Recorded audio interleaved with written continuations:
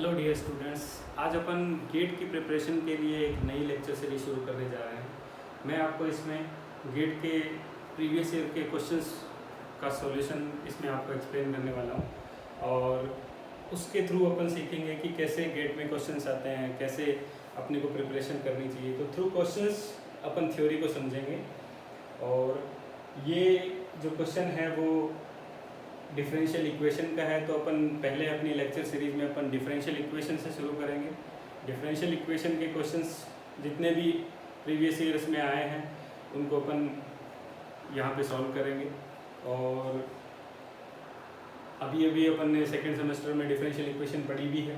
तो differential equation मैंने categorise किया कि पहले फर्स्ट ऑर्डर डिफरेंशियल इक्वेशन के क्वेश्चन अपन करेंगे, उसके बाद सेकेंड ऑर्डर के करेंगे और फिर लीनियर के और फिर पार्शियल डिफरेंशियल इक्वेशन पे जाएंगे। तो गेट की इस इम्पोर्टेंट लेक्चर सीरीज में आप लोग मेरे साथ बने रहिए और अपन क्वेश्चन से शुरुआत करते हैं। तो जैसे मैंने ऑब्जर्व किया यहाँ पे कि गेट में फर्स्ट ऑर्डर डिफरेंशियल इक्वेशन से 2-3 टाइप के क्वेश्चन आते हैं।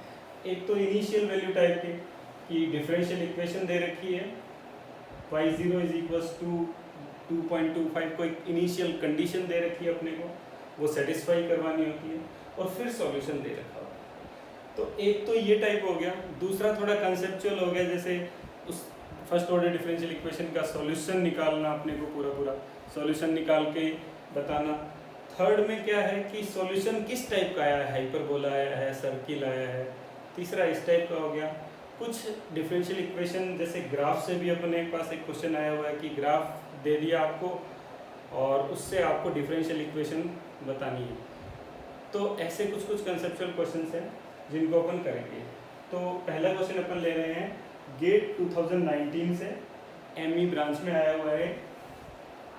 तो इस क्वेश्चन में देखो क्या दिया हुआ है, dy/dx + 4y + 5 the differential equation है, valid in the domain x greater than equals to 0 less than equals to 1 with y0 is equals to 2.25, then the solution of differential equation।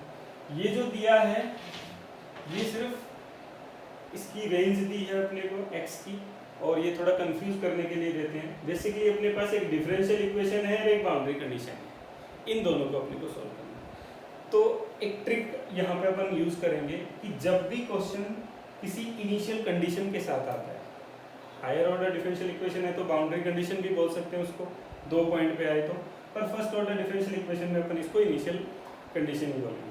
जब भी क्वेश्चन इनिशियल कंडीशन के साथ आता है तो पहली trick होगी कि ये इस डिफरेंशियल इक्वेशन के सॉल्यूशन को सेटिस्फाई कर रही होगी। डिफरेंशियल इक्वेशन है y0 इज इक्वल टू 2.25 है, 2.25 है, फिर इसका सॉल्यूशन बनाना है। इस इक्वेशन इन सॉल्यूशन में आप देखो कि c कहीं भी नहीं है, इसका मतलब c कहाँ गया, c जो आया उसमें अपन ने y0 इज इक्वल टू 2.25 रखा, x की जगह 0 रखा, y की जगह 2.25 रखा। उसके बाद अपन ने c की वैल्यू निकाली और वो फाइनल इन क्वेश्चंस में, इन आंसर्स में आ गई। तो करना क्या होता है कि ये जो y0 इज इक्वल टू 2.25 है ये इक्वेशन को, सॉल्यूशन को सेटिस्फाई करेगा। तो सबसे पहले जब भी ऐसे क्वेश्चन आए जिसमें कंडीशन दे रखी है तो ये अपन चेक कर लें, इसमें कंडीशन है तो सेटिस्फाई करेगी। x इज इक्वल टू 0 रखने पे y इज इक्वल टू 2.25 आना चाहिए। तो इसमें रखते हैं अपन x इज इक्वल टू 0 रखते हैं तो ये 0 यहाँ पे ये 1 हो जाएगा, e⁻0 + 1 + 5 6, तो y0 इज इक्वल टू 6 आ गया इसमें। तो ये ऑप्शन अपना सही नहीं है, ये ऑप्शन अपना सही नहीं है। इसका मतलब इस ऑप्शन को अपन एलिमिनेट कर सकते हैं। सेम e⁻4x + 5 है, यहाँ 0 रखेंगे, x इज इक्वल टू 0 रखेंगे तो y इज इक्वल टू आ गया 6, ये ऑप्शन भी नहीं है। तो 2 ऑप्शन अपने एलिमिनेट हो गए। अब इस ऑप्शन में देखो e⁻4x में 0 रखेंगे 1.25, तो ये हो गया 2.25, यहाँ पे 1.25 तो 2.25। ये दोनों ही ऑप्शन इस कंडीशन को सेटिस्फाई कर रहे हैं, ठीक है।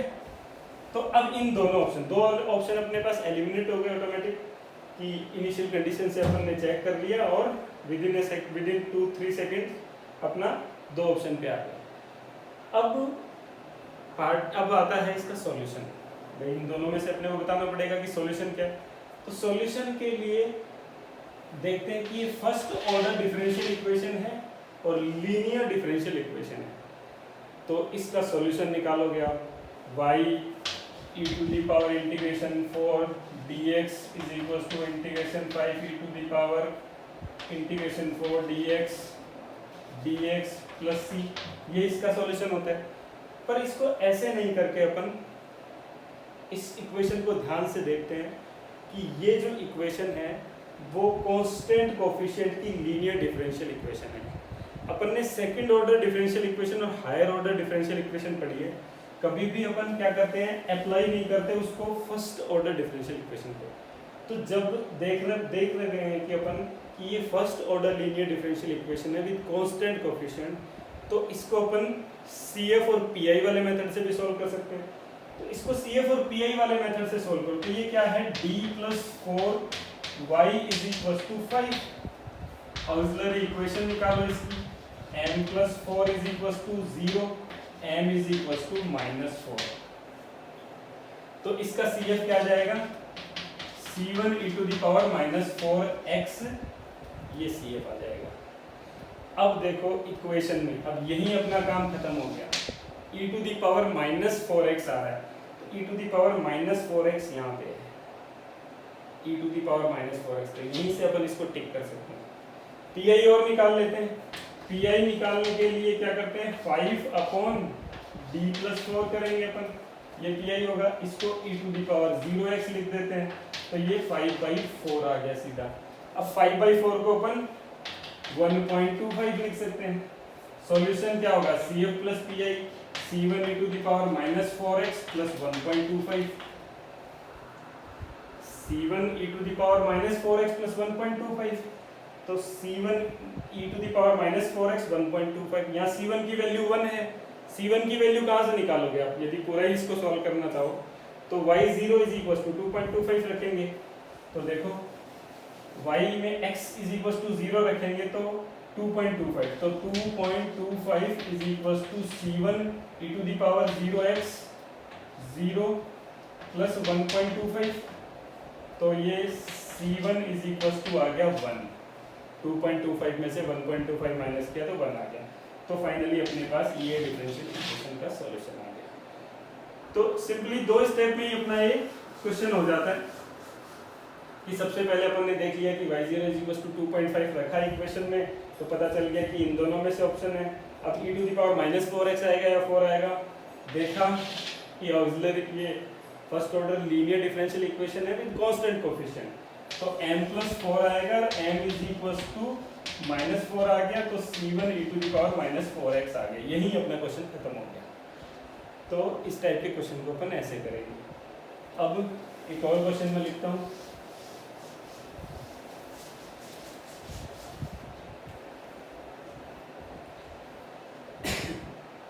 for the equation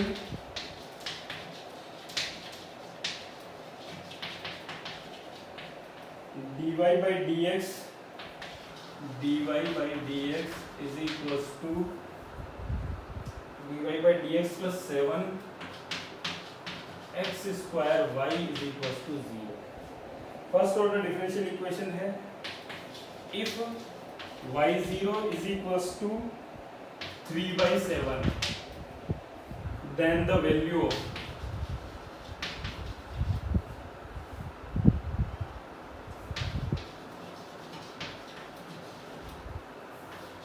y1 is, then the value of y1 is, first दिया हुआ है 7/3 e to the power -3/7, second है 3/7 e to the power -3/7, third है 3/7 e to the power -7/3, fourth है 7/3 e टू द पावर -7/3, ठीक है, 7/3 e to the power -।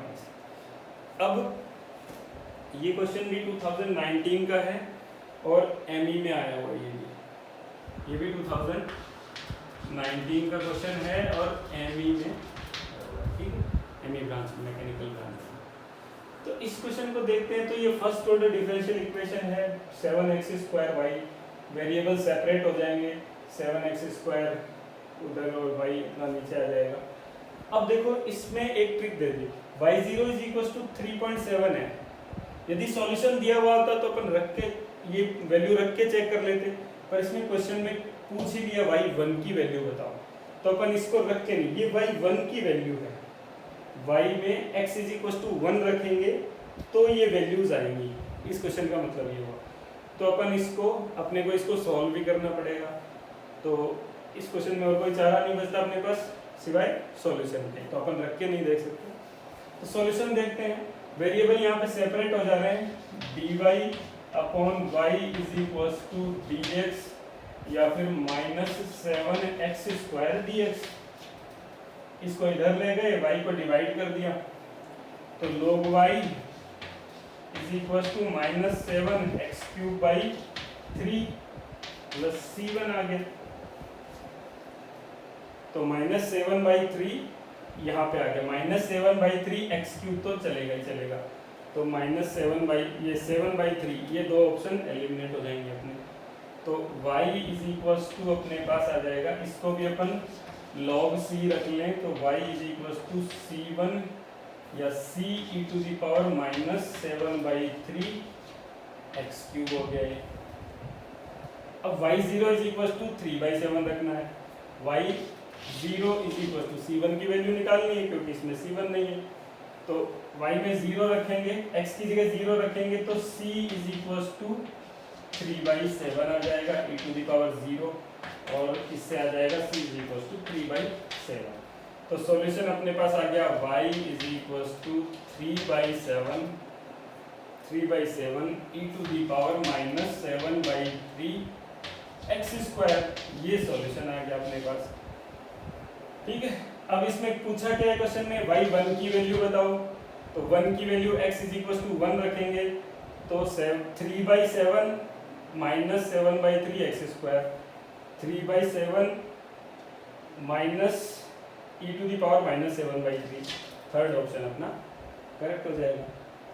तो इस क्वेश्चन में अपने को सॉल्यूशन नहीं दिया हुआ था, ये इससे सॉल्यूशन नहीं दिया हुआ था, तो ये अपन वैल्यू पॉइंट, ये इनिशियल कंडीशन रख के अपन चेक नहीं कर पाए। पर क्वेश्चन जो था वो इजी था, वेरिएबल सेपरेट हो रहे थे और इसको आसानी से निकाल पा रहे थे अपन, तो इतना टाइम इसने नहीं लिया।